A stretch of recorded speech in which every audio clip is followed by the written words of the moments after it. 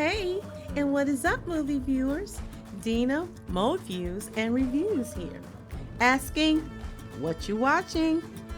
Well, today I am watching The Woman King, starring Viola Davis, Joan Boyega, Lashana Lynch, Thuso Mbidu, Jamie Lawson, Adrian Warren, and Sheila Adam. It is directed by Gina Prince Bythewood, produced by Kathy Schulman, Viola Davis, Peter McAleese, Maria Bello, and Julius Tenney. Dana Stevens, Gina Prince Bythewood, and Maria Bello also wrote this film. Let me start by saying, when I found out that this movie was being made, I did do some research into the Dahomey Kingdom. I wanted to see if what I learned would be relayed in this movie.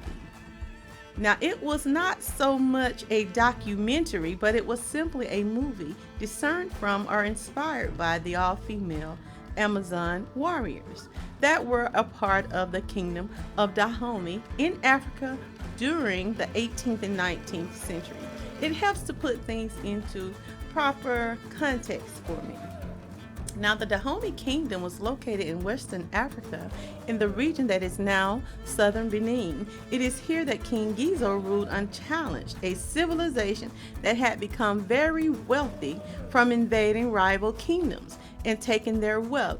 They captured other Africans to work within their kingdom, and they sold many of these captured Africans to Caucasians, the Portuguese enslavers, in exchange for imported goods like tobacco, rum, cloth, manufactured goods from Europe, gunpowder, or lower quality weapons. So even though the horrific Atlantic slave trade started before the kingdom of Dahomey ever was established, there is still no denying or avoiding the fact that the Dahomey Kingdom was vigorously involved in the capture, sale of human life.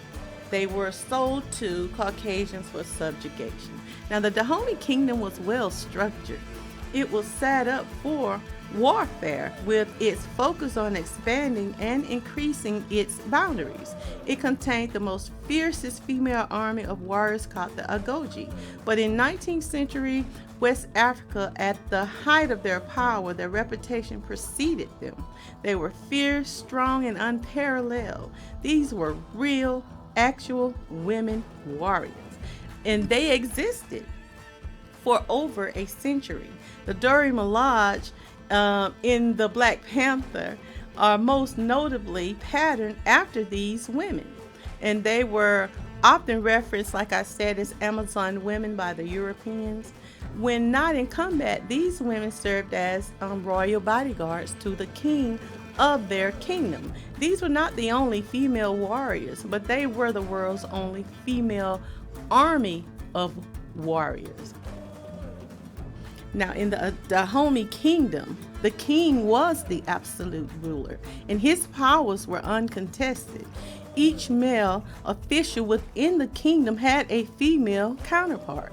Now, the Dahomey citizens were made up of the people that were conquered, and they were interwoven into their society.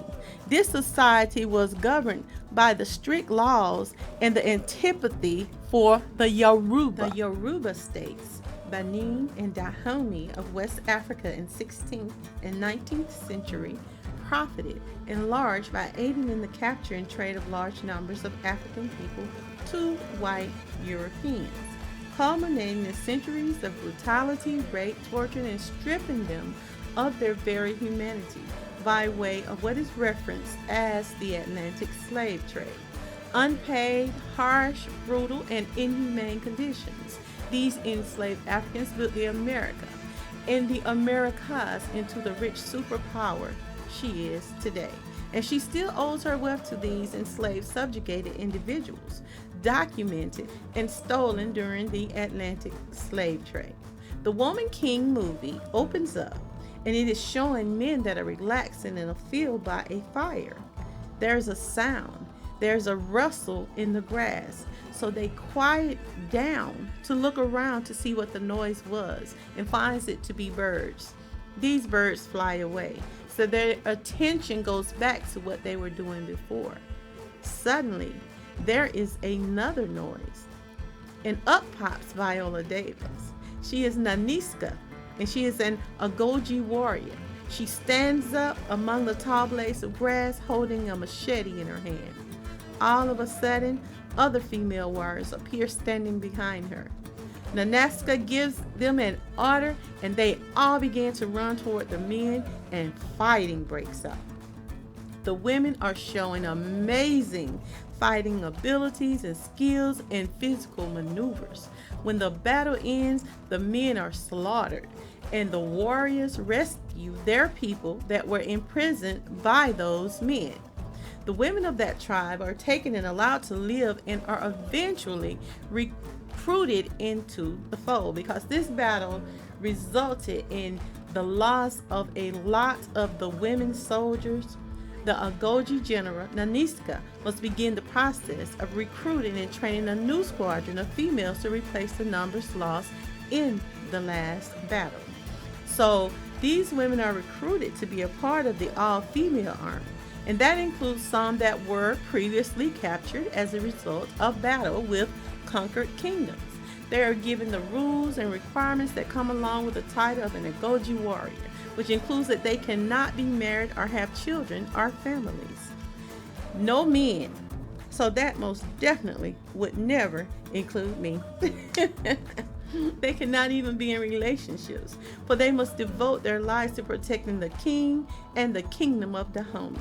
They will be paid, but are required to be fearless, without emotions, and must reside in the women's palace designed exclusively for them, along with completing a continuous training regimen.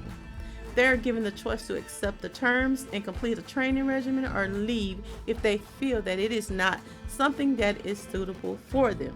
Some women actually walked out, but many stayed to begin the special training. Among the women is a rebellious teenager, and her name is Nawi, played by Thisu Mbidu. She has been given away to the king as a gift by her father, who is absolutely frustrated with her, and he is at his wit's end, so he gives her over to the king so that she can be one of his wives. He has tried to marry her off, but she slapped the heck out of some dude he tried to marry her off to. She was a very strong-minded, quick-tempered, rebellious young lady. She only wanted to be heard, and she not up for being married to anyone for just money alone. And she's not up for anybody subjugating her. He brings her to the palace, and he lets her, the person standing outside, know that he wants to gift her to the king. So he leaves the teenager with Izogi, who is also an Agoji warrior.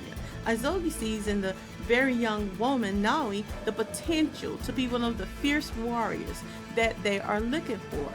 So instead of her taking her to become a part of his harem, she enlists her in the training. He has so many wives already, I lost count. Being an Agoji offers many benefits to those who can complete the course to become a member of the warriors. However, those that have been defeated or conquered by the Dahomey, their fate is usually to be offered as tribute to the Oyo Empire, a bigger, even more brutal tribe of conquerors. The Oyo requires tributes from them and trade them to the Europeans for guns. This is something that Naniska has a problem with. Their kingdom participating in the capture and trade of their adversaries to the Europeans. So she goes to the king, whom she holds in the highest of esteem, and he clearly trusts her because he made her his general. So she urges him to end this practice, because she feels it has created a dark circle around them. Naniska, having herself experienced the direct terror of being one of the captives. She was raped and held in bondage, and this is why she tries very hard to convince King Gizo to stop partaking in the slave trade. And she wanted the Dahomey to end this tributary status that they currently have with the Oyo Empire.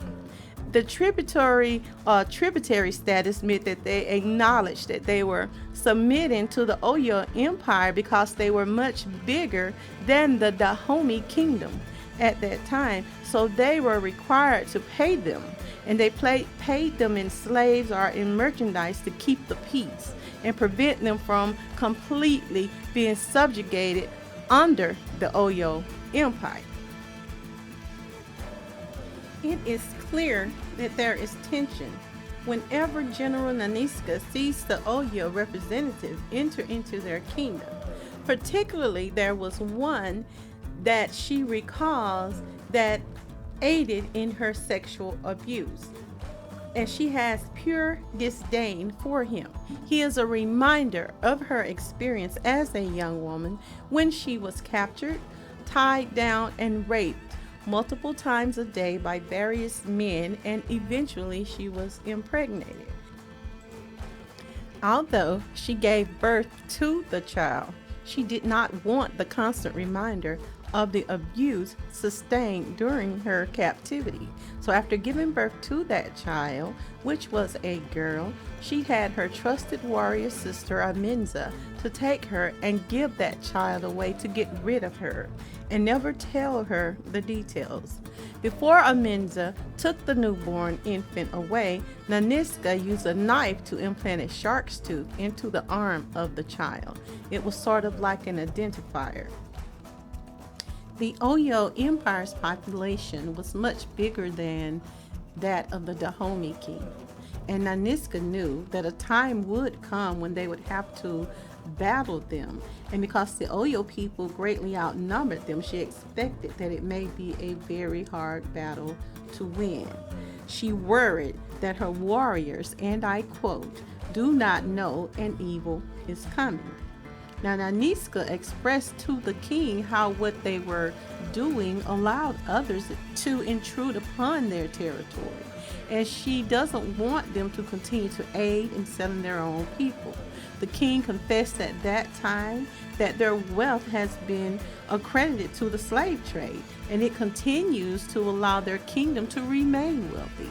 He wanted to know just how they would maintain the wealth of the Dahomey nation if they ceased the slave trade. General Naniska suggests to the king that they partake in the sale of palm oil for profit instead of selling their own people. The king said he would allot her a certain amount of time to show him how the palm oil could be rendered and used to continue their wealth and their prosperity, and that if she could show him, this would be the last time that they dealt in the slave trade.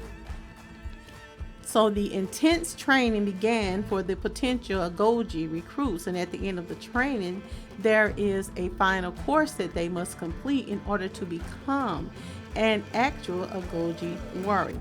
All who fail had to return to the population and stand the chance of being sold. Now, if the recruit can complete the strategically designed course, they will automatically become a part of the Agoji warrior women. But in an attempt to derive only the toughest of the recruits, they have designed this course. It is very strenuous, it's strenuously laid out, and it's an athletic course, and it is required. It's supposed to be difficult in order to get the best of the best. Now, this course had the brush that contained piercing needles like thorns, and they had to climb through those bushes, this brush, and they were in their bare feet, and they would come out of the brush with those needles stuck in their feet, and afterwards they would have to climb a wall that looked like it was about 20 feet tall, and only to find on the other side awaiting them was a big brute and he would attack them, and they had to do hand-to-hand combat, and finally using a machete to behead a wooden man. The females that are able to complete these vigorous and strategically designed courses automatically become a part of the warrior sisterhood and are officially an Agoji warrior. It was a spectacular event that the king was present to witness, as well as his general Naniska. They were there to congratulate and welcome the women that did succeed in completing the course. Now, in spite of Naui stopping when she was along the way with her competing to complete the course, one of her sisters found it difficult. She's a rival, but she found it difficult to get through the course. Now he actually stopped and assisted her to get through this course. And she was asked why in the end, and the reason is she wanted her to be successful, and so that they could both conclude and have that experience together. But as expected, the Oyo Empire representatives did return to the Dahomey Kingdom to collect tributes. Naniska and the king listened to their requests, and one of their requests was for 50 people. They wanted to have 50 people given to them that they could sell as slaves, so they could barter them for guns.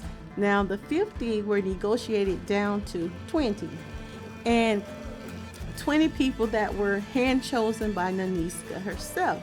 They were to be gathered and brought to the trading post where the Oyo Empire could be found. It was on the coast. This is where the Caucasians would be, the Europeans there, the slave traders. They would have cages holding black people from all over Africa that had been collected by them to barter. They would lock them in the cage, and then when it was time to sell them, they would bring them out and put them on the podium and have them inspected and bidded on, and then eventually sold off to Caucasians. Simply sold like livestock or products on a store shelf to the highest bidder. Now, these human beings would be shackled and chained, loaded upon ships, and never ever to be seen again. But it is here that the Dahomey were expected to deliver the 20 tributes to be added to the already caged Africans expected to be sold to the Caucasians. General Naniska, she arrives and she has the 20 people with her, and she is also carrying a basket. There's a basket with them. When she arrives, she is confronted by one of the Oyo Empire reps, the one that she simply has disdain for, and he asks if these were the tributes that they requested. And he noticed that they had a basket, and he assumed that that basket was a gift to them. So he asked her if that was a gift to them. But little did he know that the basket contained the skulls of their soldiers. The Dahomey warriors had not come to bring them tribute, but instead General Naniska pushed over that basket, and several skulls rolled out to let them know that the kingdom of Dahomey was done making tribute to the Oyo Empire and was ready to battle. And that is exactly what ensued. That was just one of the many plots in this film. The Woman King took me personally on an emotional journey. I had to remind myself that these just imagined characters. They're not actual. It's a theatrical reflection from the mind or minds of individuals based on their own perspective. Even though they were inspired by actual Amazon women, and I'm sure their history was studied of the Dahomey Kingdom, I had to appreciate the dramatics and the reverie of its narrative. But that can be difficult sometimes. It is helpful, though, to separate the fantasy that is movie making from the reality of life. And this aided me in deciding how I would rate this film, and is the reason why I gave this movie 4 stars out of 5 stars. Before watching this movie, I debated whether or not it should be boycotted, because I was not sure if it would be used as propaganda to justify the Atlantic slave trade or blame the victims of white supremacy, or perhaps it would be used to mute the call regarding a need for reparations to be paid to the black descendants of enslaved Africans today. I certainly did not want to support the further emasculation of black men or masculizing of black women that is evident in our society today. The only way for me to make that decision was to actually check this movie out for myself. And I am really glad that I did. My husband and I checked the movie out, and surprised to say, I thoroughly enjoyed it. I was able to separate the actual and factual history from theatrics and drama. And even though some would say that the Atlantic slave trade was glossed over in this movie, I can say that the movie was not what I expected it to be, and found it quite palatable. And this is why I gave this movie 4 stars out of 5. Each plot was impressively furrowed together to form one brilliant apex, and it meant that the writers took the time to show how what we do in our own experiences can seem small, isolated, or insignificant at the time, but can shape us as well as have an effect on the people around us. It can propel society in a particular direction, and or may even impede the way we embark on the world, or this thing that we call life. Certain circumstances can affect one's personage and quality of life, as well as the people in it. So the subversions all came full circle, and it was reflected in this movie. Often, when I see movies that get its inspiration from black suffrage, it ends with the main black characters dying or suffering some great tragedy, and it leaves the impression that it is all for naught. I didn't get that from this movie's ending. I truly found myself jovial after watching it. I would have given it 5 stars, but I really did not care for the modern day agenda that was conveniently careening into this film. And it is the only reason that I did not give this movie a full 5 out of 5 stars. The alternative lifestyle just wasn't a part of African history. Even though rampant today, it was frowned upon, and I recognized that aspect as purely propaganda. But each aspect of the plot was relatable. From watching the scar-ridden, physically and mentally embattled General Naniska, she was a true warrior. Nonetheless, she was able to trust her fellow warrior sister, Aminza, who was a seer, and she would share her thoughts and the trouble that she was having with her dream and trying to understand. She trusted that with her sister, Aminza. She trusted her to keep her secrets.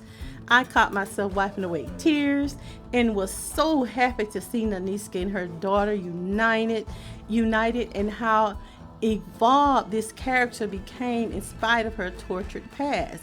I found her to be not just physically strong, but she showed her mental and spiritual aptitude, just strength in that as well. The real colossal strength for me was witnessed when she apologized and finally embraced her daughter. A strong warrior, yes, but able to let down her guard and simply embrace her daughter.